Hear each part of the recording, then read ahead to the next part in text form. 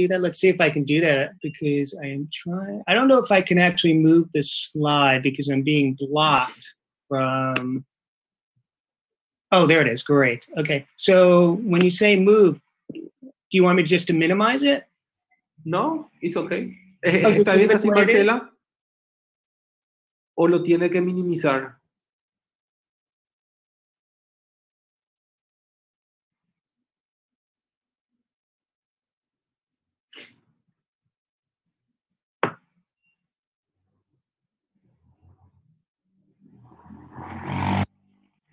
Bueno, buenas tardes a todos.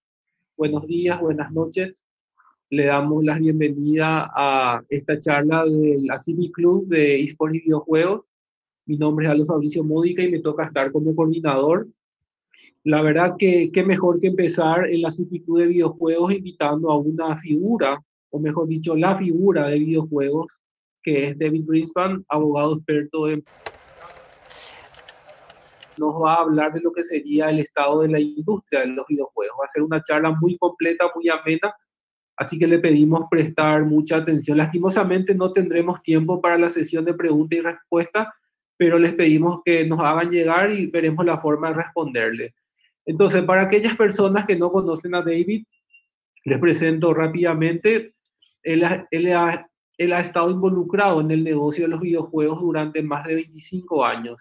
Ha trabajado de forma independiente y en asuntos comerciales y legales para algunas de las editoras de videojuegos más importantes del momento, incluida Sony 989 Studio, una división Sony Computer Entertainment, también Bandai Namco, THQ, Midway Games. Aunque él es terrible jugando los videojuegos, ha trabajado en los asuntos comerciales y legales del día a día en más de 100 videojuegos y ha estado involucrado en todos los aspectos del desarrollo, publicación, concesión de licencia, distribución y marketing de videojuegos. También ha negociado cientos de acuerdos que cubren muchas áreas. También ha involucrado a importantes desarrolladores de videojuegos, distribuidores, estudios cinematográficos, ligas deportivas profesionales, cadenas de televisión. En Bandai firmó un acuerdo en el que Pac-Man apareció en un comercial de televisión visto por más de 145 millones de personas durante el Super Bowl. Y ahora nos está acompañando justamente con un traje de Pac-Man. El señor Greenspan es el autor principal de la publicación de la OMPI titulada Mastering the Game, Business and Legal Issues for the Video Game Developer. Actualmente está trabajando en la segunda edición con un lanzamiento proyectado para principios de 2021. También ha escrito artículos legales sobre temas de antimonopolio relacionados con la transmisión del fútbol americano y el sistema de clarificación de películas.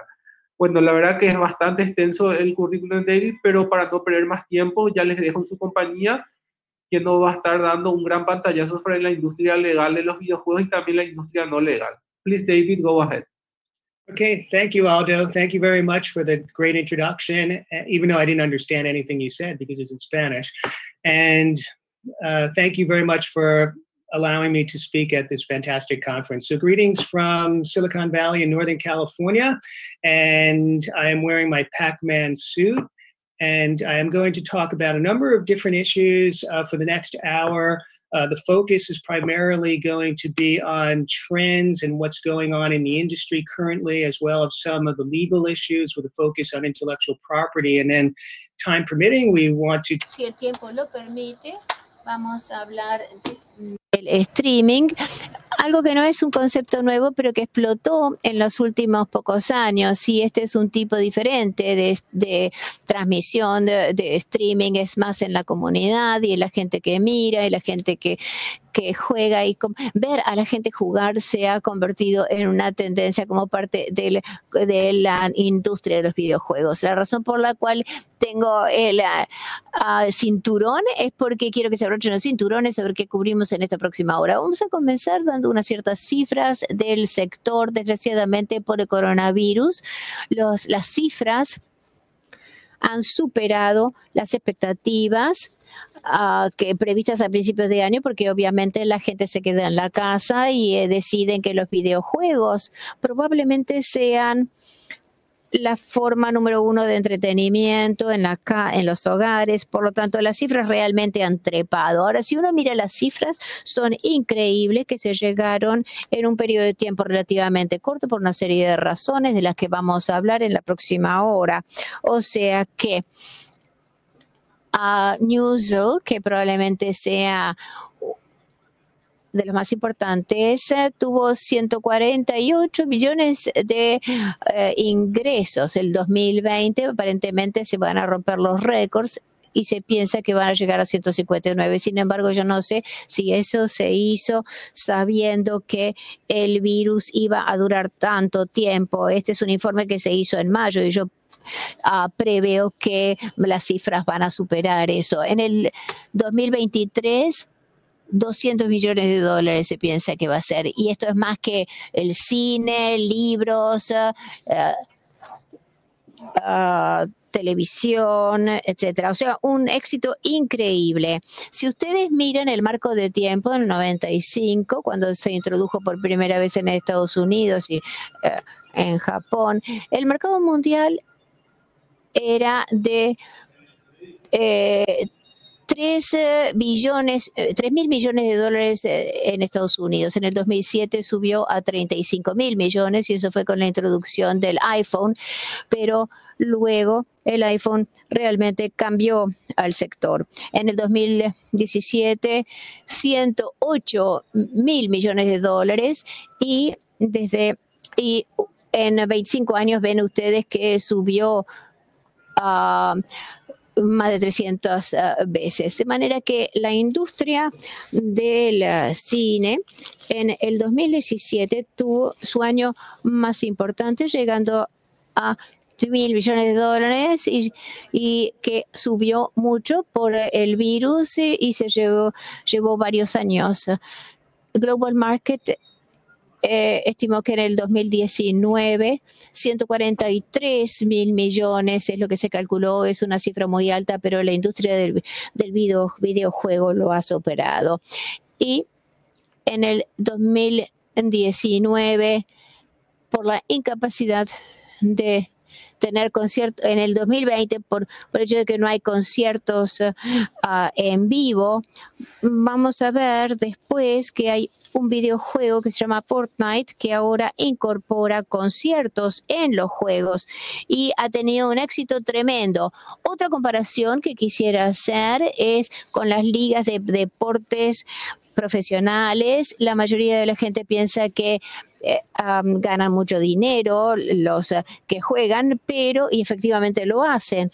Pero las cifras van a ser más chicas todavía en el 2020 y esto es a diferencia de lo que pasa con la industria del videojuego.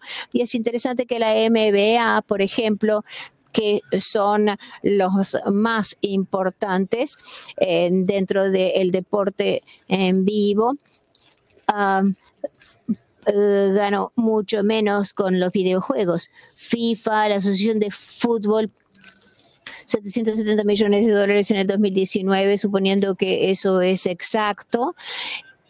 160 millones en regalías ganó en el 2019. And then there's the Premier League and that.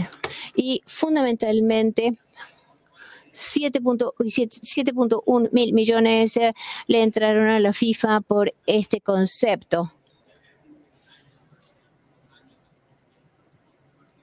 Mucho impulsado por los ingresos por transmisión. Hay juegos que son muy populares que ilustran las tendencias en el sector. Uno es ya en 24 horas hay juegos que han vendido 115 millones de copias. La propiedad más exitosa la propiedad intelectual más exitosa en el mundo. Y en el 2013 ya en un fin de semana llegaron a cumplir récords.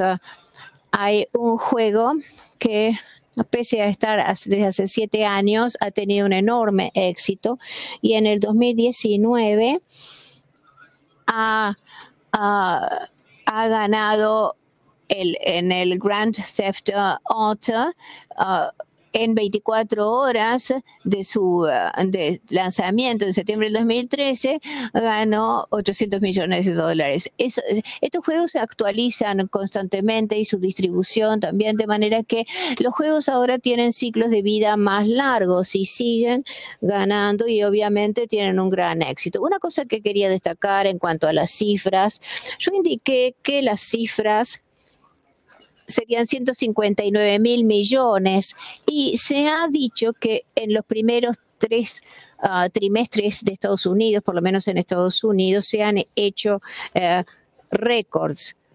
11 mil millones de dólares para el primer y segundo trimestre. El tercer trimestre era 10 mil millones y alrededor aumentó un 30% con respecto al año pasado, aún en épocas en las que no eran necesariamente los momentos de más ventas. Otro juego que tal vez hayan oído es Fortnite, que es un juego que ganó millones de dólares en poco tiempo. Es un juego libre y lo hacen con microtransacciones, o sea que venden las cosas en el juego. Puede ser tan poco como 99 centavos o hasta $100 o incluso más. Y también dan contenido adicional y esta es la manera en que los juegos ganan dinero como resultado del modelo de negocios de free to play. Ganaron 1.2 mil millones de dólares en el 2018 y sigue siéndoles muy bien en el 2019 y creo que las cifras van a ser mejores en el 2020. La semana pasada dijeron que Epic Games ganaría 27.7 millones de espectadores. Hay mucha gente que mira a otros jugar y esto es importante en cuanto a las cifras porque vamos a volver a hablar de este tema después. En Estados Unidos, Apple ganó 160 mil millones de licencias. Epic actualmente tiene un juicio con Apple y el juego, de hecho, lo sacaron del sitio de Apple. Hay mucho dinero en juego, especialmente con la propiedad. Además de vender a través de microtransacciones y de vender contenido, también hubo eventos en vivo llevados a cabo por el artista Marshmello. En este caso se trató de 10 millones de dólares que estuvieron involucrados en todo el negocio. Fue el mayor número de espectadores que tuvo cualquier concierto en el mundo para un concierto de 10 minutos, lo cual significaba 7.7 millones de espectadores. Como ven, las cifras son astronómicas para los artistas que están actuando frente a muchas personas, sino también para las personas que organizan el concierto, etcétera. Es decir, Asia es el mercado mayor en términos de este tipo de mercado. Después de esto tendríamos Japón, que sería el tercer mercado mayor, especialmente con los videojuegos. Corea del Sur también es el cuarto generador de ingresos, especialmente con los deportes electrónicos. Entonces el mercado se proyecta que va a generar 6.2 mil millones de dólares, incluyendo todo el mercado asiático. Por supuesto, China es el mayor. Lo que no se incluye acá es India, que tiene una población de 1.000 millones de personas y en forma creciente está atrayendo desarrolladores y está generando mayores negocios, aunque le falta todavía desde el punto de vista de los consumidores. En América del Norte representa el 25% del mercado global. Europa ha generado 30 mil millones de dólares y es el mercado que crece más lentamente, no ha crecido mucho fundamentalmente porque ya ha logrado un crecimiento muy alto, no solamente en Europa del Este, sino en Europa Occidental. América Latina genera alrededor de 6.000 millones. Pero se espera que genere más capacidad y más población, especialmente en el mercado de los juegos.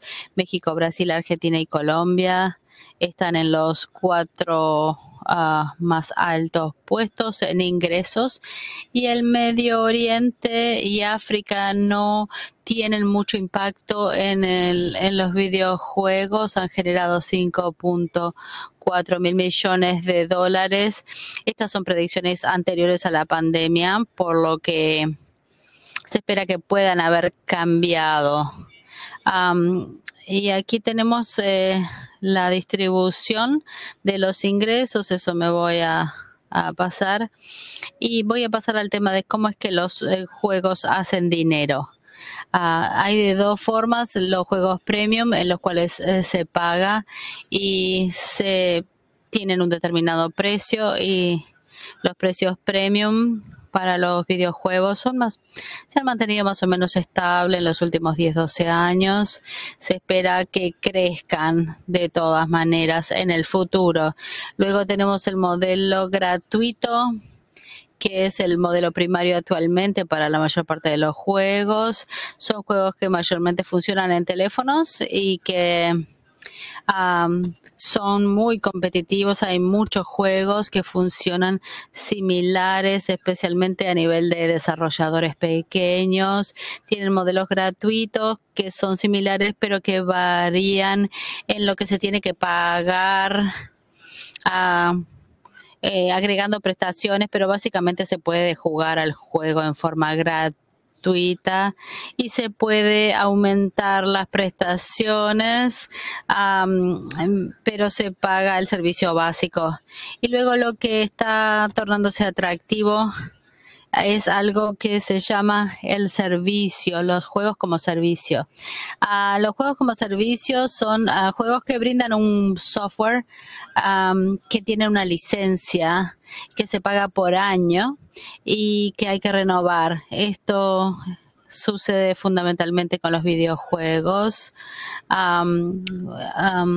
especialmente los videojuegos que generan dinero y que reducen el costo, puesto que no tienen que revenderlos. Para quienes producen los videojuegos es un buen negocio porque eliminan los intermediarios y brindan contenido en forma continua. Se paga determinada cantidad por año, anual, a través de una suscripción, y sí hay que mantenerse actualizados. Y también las empresas de videojuegos generan secuencias, generan el juego inicial y luego hay que generarle actualizaciones al juego. Esto significa que 45% de sus ingresos, por ejemplo, en el 2019, vinieron de este tipo de servicio, que es juegos como servicio. Luego tenemos otro tipo de publicidad más común, ingresos como los de Netflix, que van a continuar ingresando en el mercado a medida que generen contenido, especialmente de acuerdo al tipo de servicios que brindan para el que hay que pagar para tener ese servicio. También puede haber publicidad dentro de los juegos, o pueden brindar otros juegos que son gratuitos dentro de esos juegos pagando, o obtener recompensas que son otros juegos. Y también hay eventos dentro de los juegos que se pueden comprar eventos determinados productos.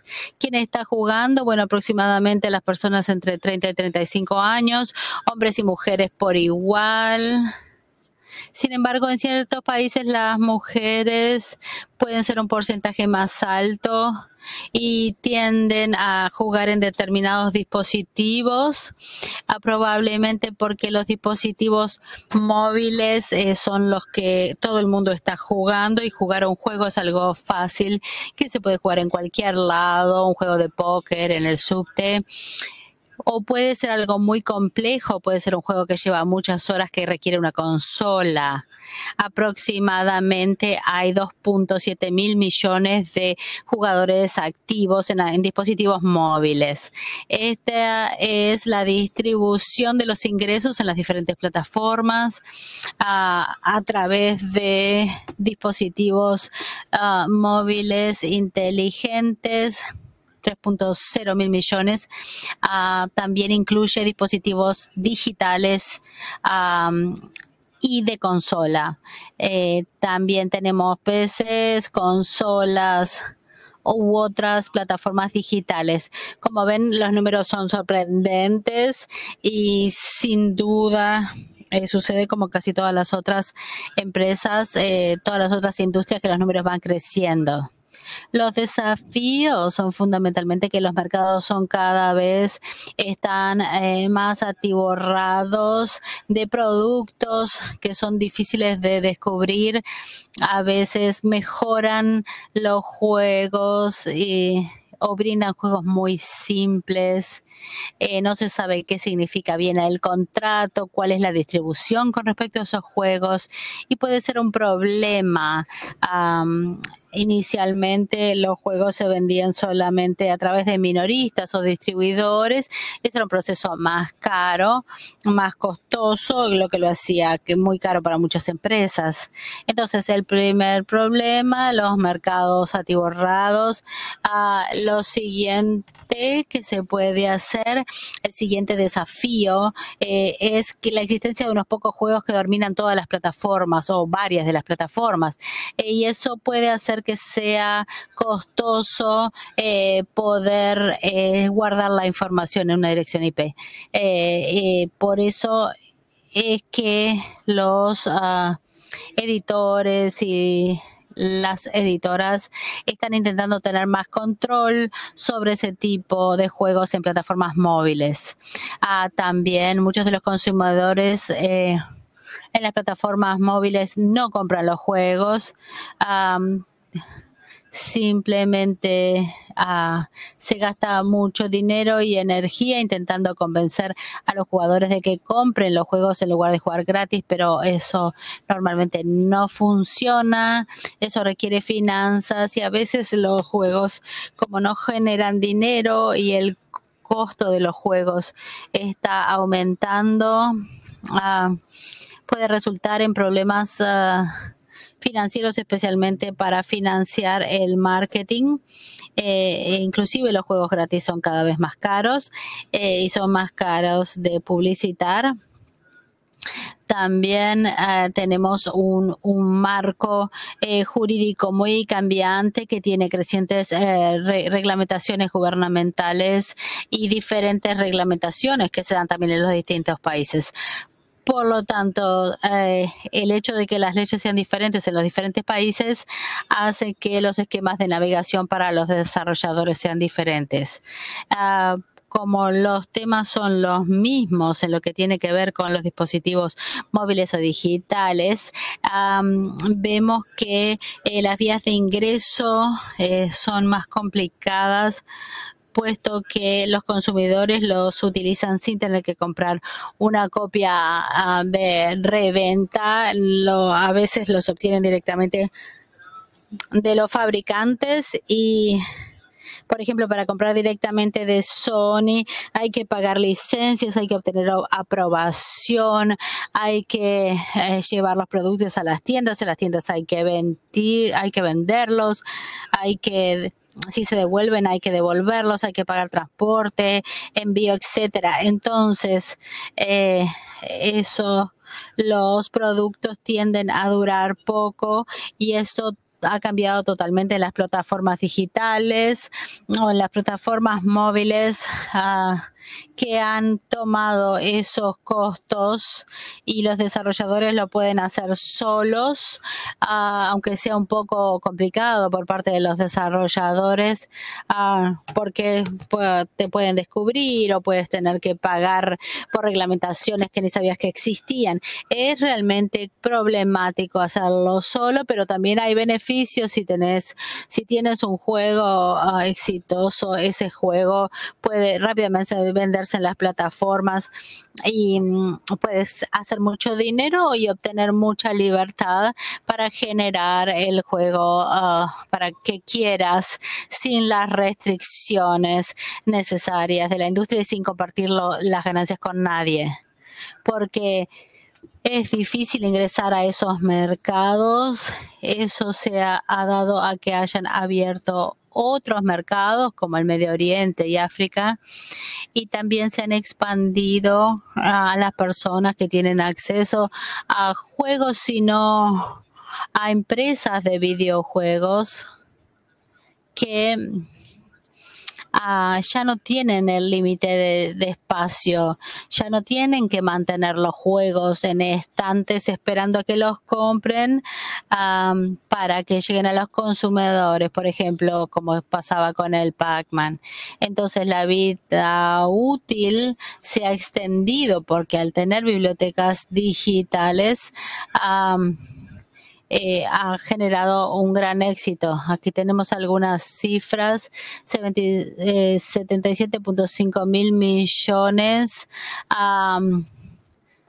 de juegos se jugaron en dispositivos móviles en el 2020.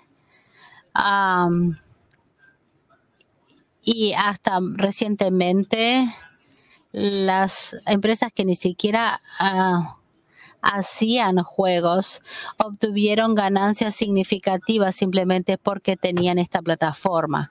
Entonces, como mencioné anteriormente, las barreras han bajado.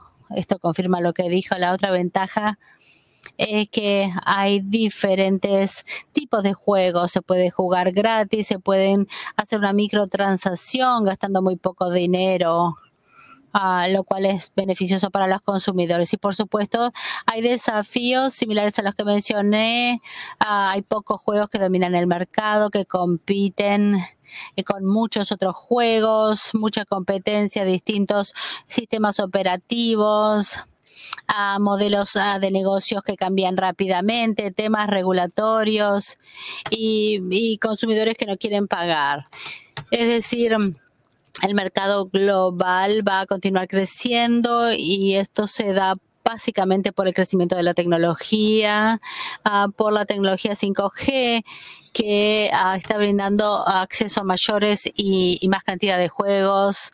Hay muchas ventajas, especialmente hacia el futuro de los dispositivos móviles. También la distribución, 45 mil millones de dólares en ingresos para la industria del PC y consolas digitales. En el 2011, la producción digital era 20% del mercado, en el mercado minorista. Y ahora, en el 2019 fue 80%. La mayor parte de los vendedores de juegos han pasado a forma digital en lugar de a través de las ventas. La venta digital era 37 mil millones de dólares en PC, como dije antes, y los ingresos de los juegos gratis podían vender contenido, mejoras o actualizaciones. Eran formas en el que los desarrolladores de los videojuegos podían juntar dinero vendiendo juegos en forma similar a lo que lo hacemos en los dispositivos móviles, en forma similar a lo que lo hacemos en la distribución de PCs.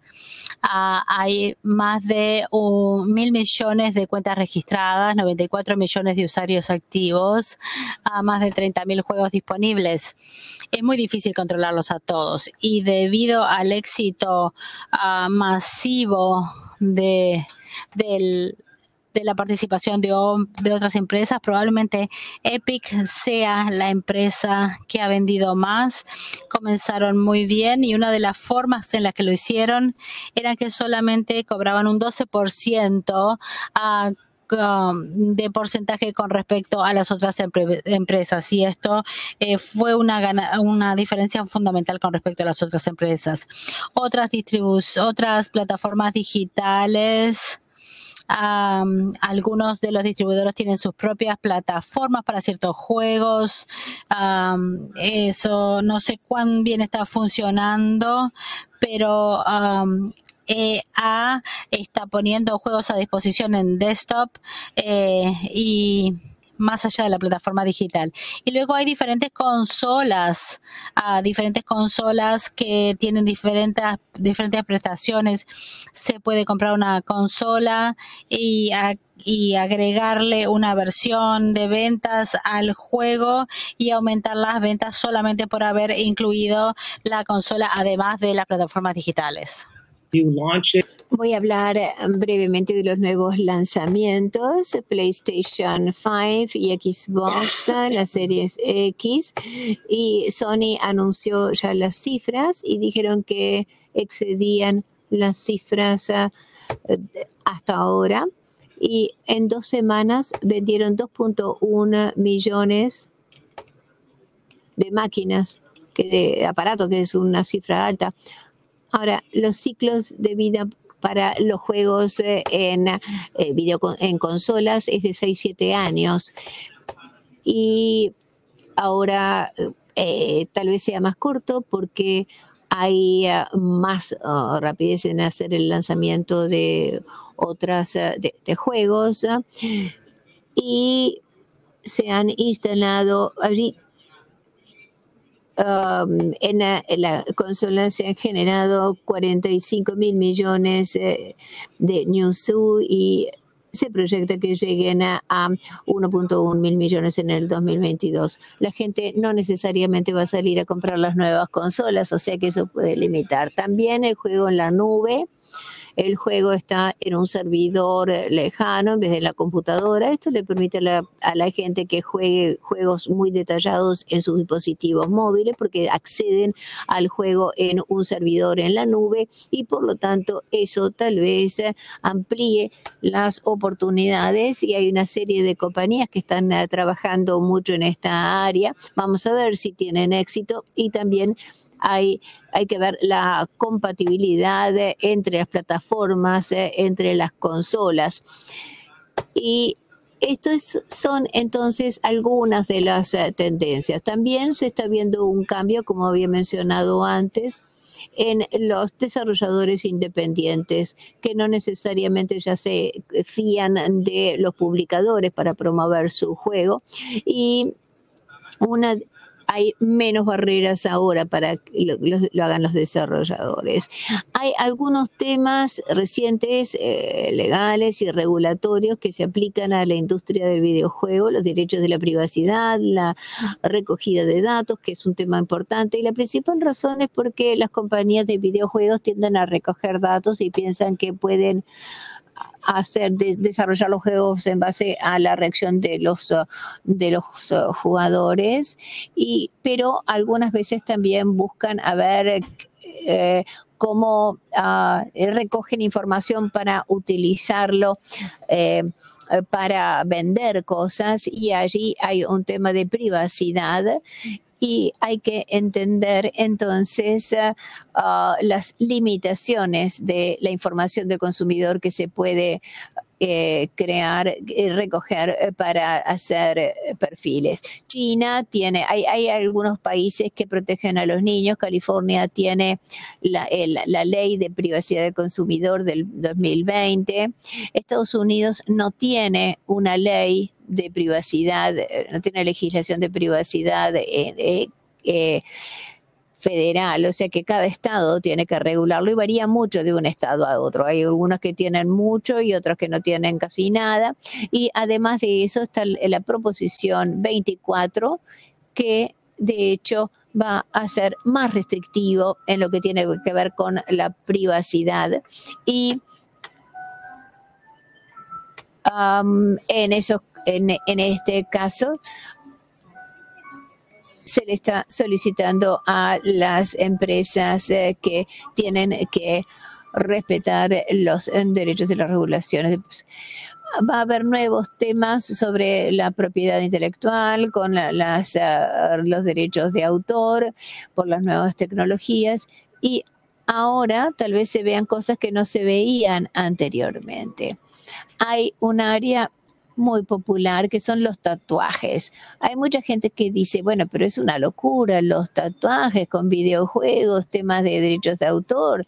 Bueno, lo que pasa es que los artistas pintan un tatuaje en atletas o en otros de la industria del entretenimiento y los ponen en los videojuegos sin solicitar permiso.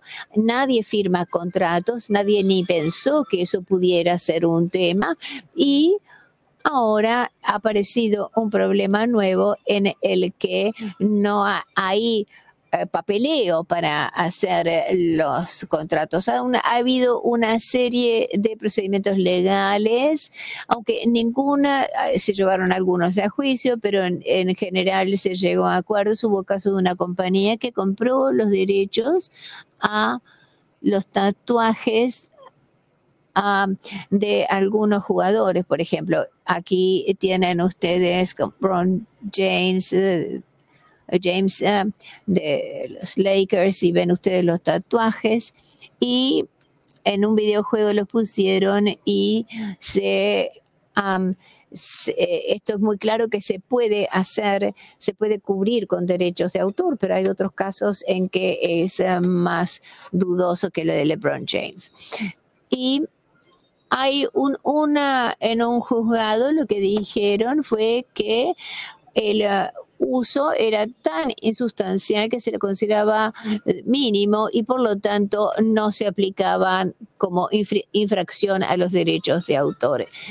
Lo que planteaban los que defendían a los desarrolladores de videojuegos era que los tatuajes eran muy pequeños y que por lo tanto no era un tema. Luego está el argumento del uso justo. Es una defensa que permite utilizar la propiedad intelectual sin haber firmado ningún acuerdo. Y en este caso en particular, el tribunal determinó que era posible utilizarlo. En este caso se implicaba que podría hacerse un uso potencial del tatuaje. En este caso los desarrolladores ganaron, pero eso está en contraste con el mismo caso que está pendiente en Illinois, en otra corte, donde también este es un luchador que tiene unos tatuajes en especial y utilizaron, los desarrolladores lo incluyeron en sus videojuegos, pero en esta corte sentenciaron diferente de la anterior. Y el juez dijo, en este caso en particular, hay hechos que potencialmente son discutibles. Por lo tanto, bueno, en este caso todavía no quedó zanjado. En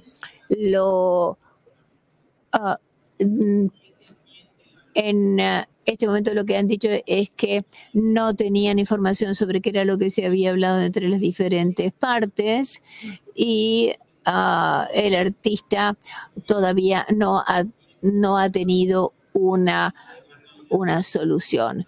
Y interesa mucho ver qué es lo que pasa en este juicio.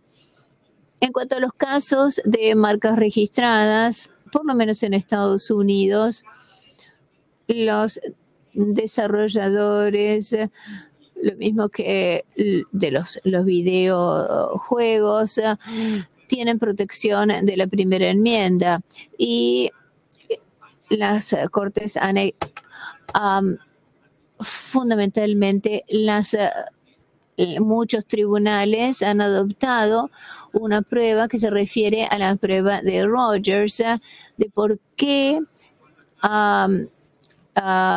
un determinado actor, un determinado desarrollador utilizó una marca registrada. El uso de las marcas, bueno, este fue un caso de libro de texto. Aquí ven ustedes Playpen, PicPen, ese es una disco.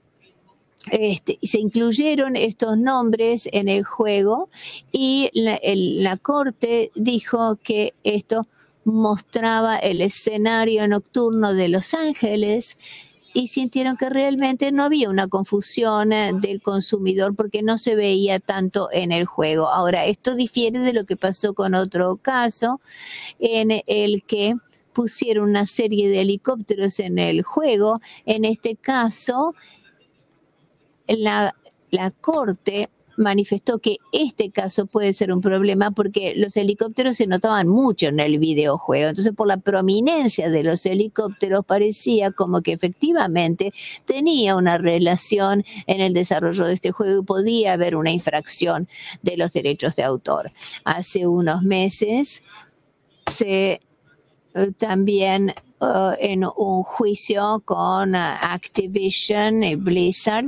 Ellos estaban captando imágenes de Irak y estaban poniendo vehículos en sus videojuegos, el Humvee, por ejemplo, y tal vez... Aquí sucede lo mismo que con los helicópteros, de manera que a veces simplemente los ponen en el fondo para que no haya, para que no se les plantee que deberían estar pagando derechos de autor por eso, o lo hacen que aparezca durante un momento muy cortito. El videojuego era sobre la guerra en Irak y el juez lo que aquí dice que si bien el videojuego podía lugar a un poco de confusión, no era suficiente. O sea que no se lo consideraba como una violación a los derechos de autor. Ahora, probablemente se vean más de estos casos de Activision que no firmó ningún acuerdo para incluir en los vehículos de Humvee. Bueno, quería hablar de otro tema grande que es el juego por dinero. Aquí los desarrolladores están tratando de ganar ingresos para sus juegos, sobre todo si son gratis, entonces crean mecanismos por los cuales el consumidor puede pagar o con dinero real o con dinero del juego. Pero el problema es en que se dan los premios. Muchos organismos de gobierno dicen que es una forma de juego por dinero. En Estados Unidos, por ejemplo, si uno juega por dinero, consigue un premio y la gente algunas veces gasta miles de dólares para jugar por dinero. Y en Estados Unidos y en Europa observaron el tema diciendo que probablemente la monetización de los juegos sería un problema. En los Países Bajos les preocupa, por ejemplo, los niños jugando por dinero y ellos prohibieron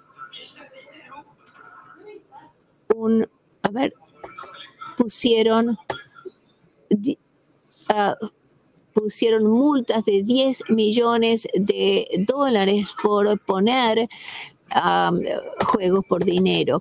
Hay países que dicen que uno tiene que ver las estadísticas si alguien trata de poner premios. En Estados Unidos y en China han incluido algunas declaraciones en Estados Unidos. Los diferentes estados han abordado, tienen diferentes posiciones. Unos dicen que es jugar por dinero y otros que no. Y luego saltamos a un tema muy importante que son los temas de antitrust y anticompetitivo, sobre todo con las con las tarifas que pagan las compañías a Apple y a Google.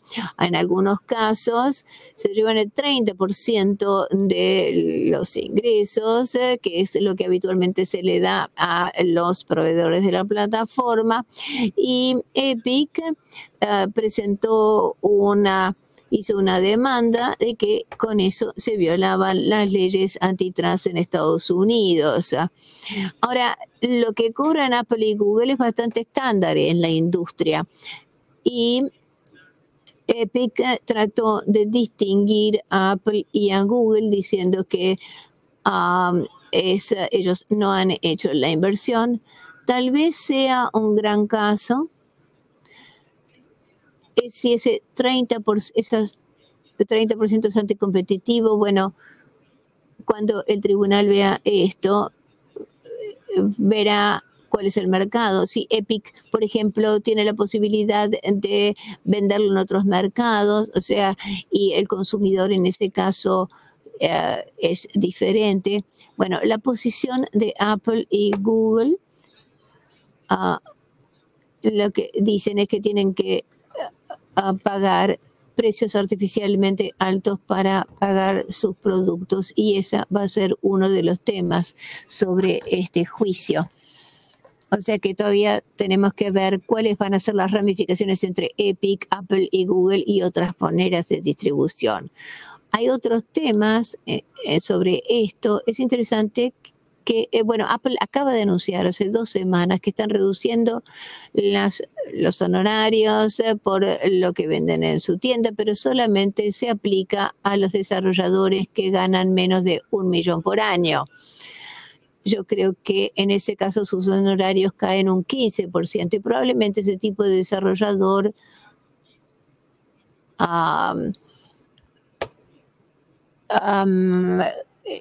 los grandes videojuegos ganan muchísimo más que eso, o sea que en eso se les aplique un 30%.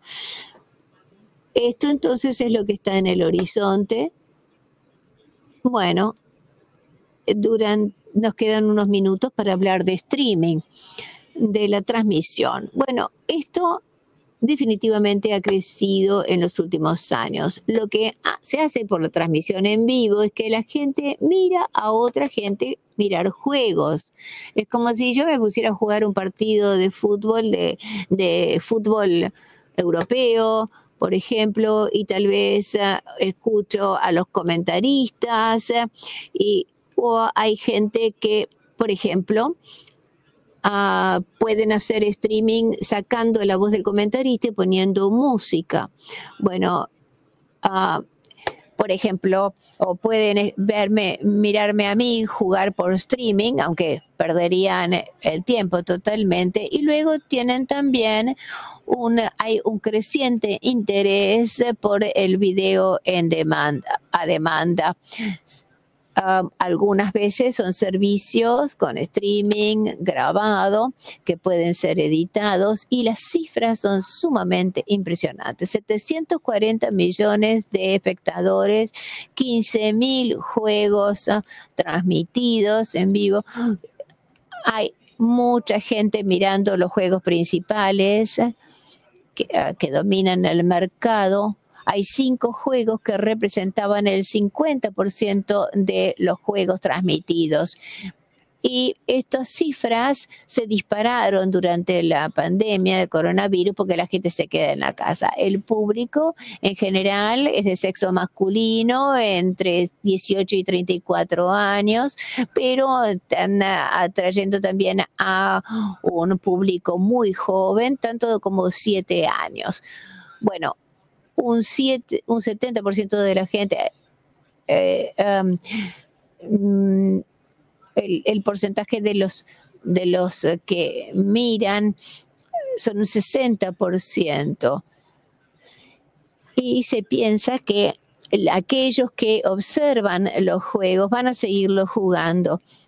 Ahora, Hay quienes piensan que los videojuegos van a sobrepasar incluso el interés por los deportes. Ahora, otro tema del streaming y de estar como espectador de juegos es la comunidad. O sea que muchas veces a los espectadores les gusta mirar, poder hablar con los que están jugando. Es algo que no tienen en otros tipos de entretenimiento, que es como que se sentaran en una mesa y pudieran hablar con ellos, que no es lo que pasa cuando tienen millones de personas, por ejemplo, mirando un determinado partido. Entonces el juego en vivo, cuando alguien está jugando un juego en vivo, tenemos espectadores que también están mirando y normalmente tratan de llegar al objetivo, es decir, ganar el juego lo más rápido posible. Ya hablamos de eso en otra sesión. Eso ha crecido y ha logrado ser una industria de $1.000 millones. Y a los consumidores, porque a los consumidores les gusta que mirar a otra gente jugando juegos. Y bueno, básicamente es lo mismo que sucede cuando se miran jugadores profesionales o cuando se mira un partido de béisbol. Entonces, a todos les gustan ver cómo la pelota va rápidamente o se mueve rápidamente, aunque no tenga la persona aptitudes especiales para jugar el juego. En épocas de coronavirus, mirar a profesionales jugar es interesante. Algunos de los que pasan los juegos son muy divertidos y generan comentarios y generan interacción, y por eso a la gente le gusta mirar. También otro tema es el tema de cuando hay ya editores que generan contenido en esta área. Entonces, ahí tenemos distintas plataformas. Tenemos a Twitch, tenemos a Amazon, que son plataformas que dominan el mercado de los juegos.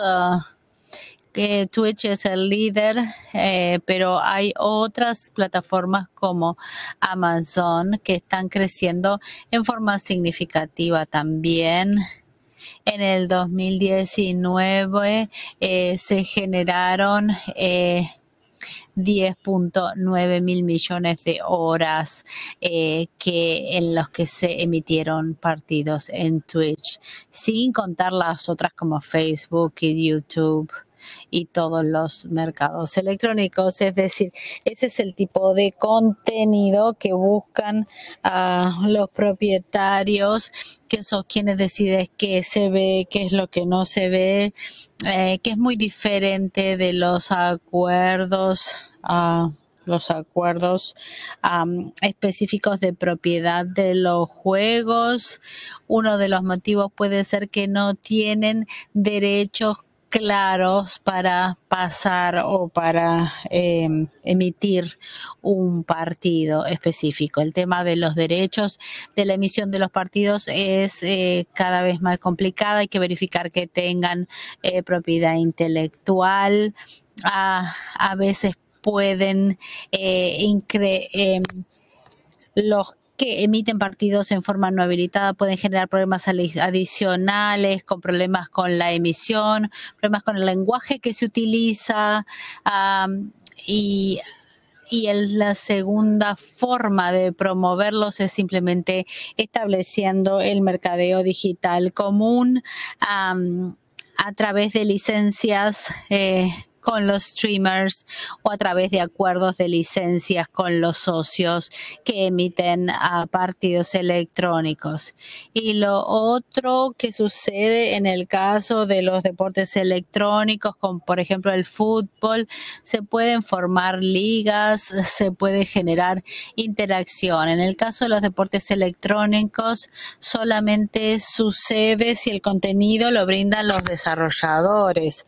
Hay muchos juegos que se juegan en forma competitiva por amateurs, pero siempre se necesita la aprobación del uso de la licencia para ese juego. Otra parte importante del negocio del streaming es los que dejan comentarios. A veces hay streamers que dejan muy buenos comentarios. Yo podría, si yo quisiera realizar streaming, pero muchos de los streaming a veces logran juntar hasta 5 millones de personas o más para juegos específicos, y normalmente estos son buscados por las plataformas porque son streamers que juntan mucha gente. Son streamers que simplemente quieren hablar de su juego, quieren generar publicidad, y de muchas formas el streaming es una herramienta de marketing para muchas empresas que quieren salir y llegar al público.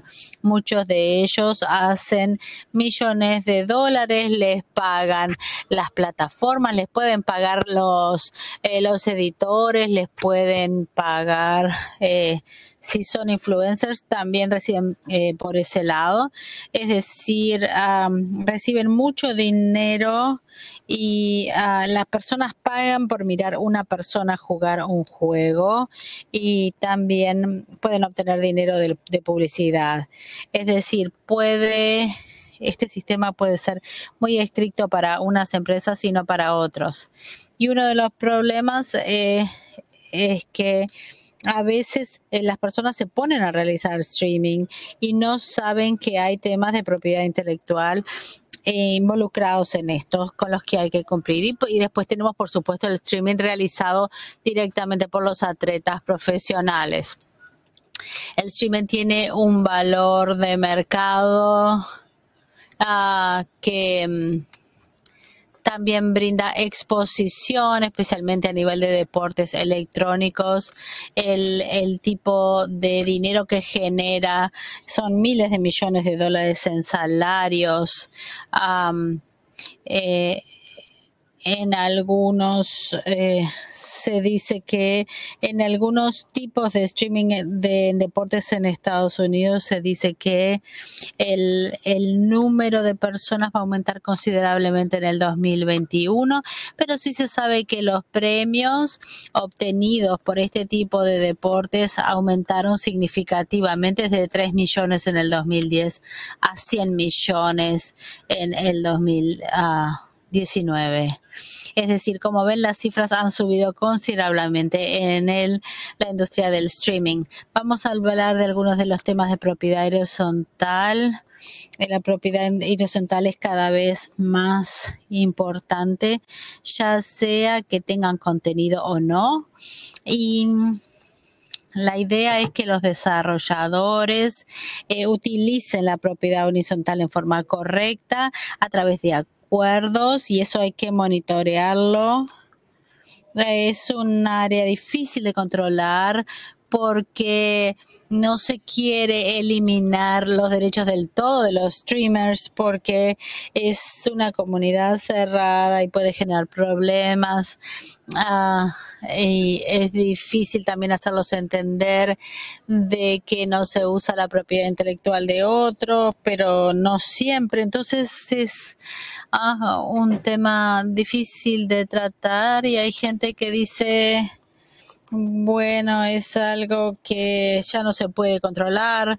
Entonces, digamos que el tema de los streamers es complejo. Los streamers traen algo positivo, que es la publicidad, pero ¿cuánto se puede sacar de eso?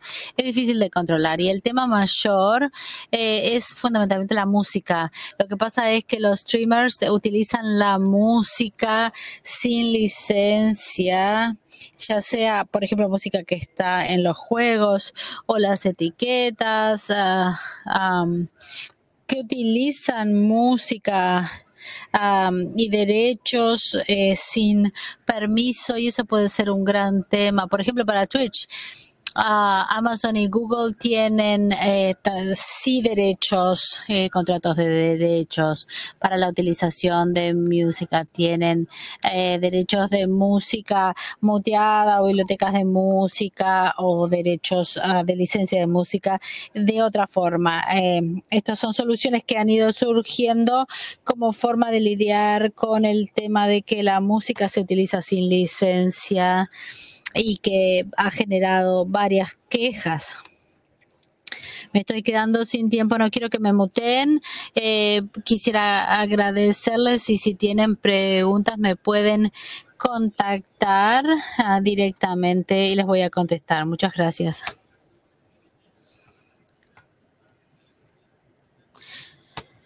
Muchas gracias. Tú trataste muy bien el tema de los videojuegos en la industria. En que mañana estaremos con la actividad del videojuego Among Us para todas aquellas personas que se han inscrito y para aquellos que no lo hicieron todavía pueden contactarse conmigo si quieren participar. Así que desde el Club de Videojuegos de eSport le damos las gracias y esperamos encontrarnos mañana con la actividad de Among Us. Hasta luego. Thank you, David. Bye bye. Thank you. Gracias.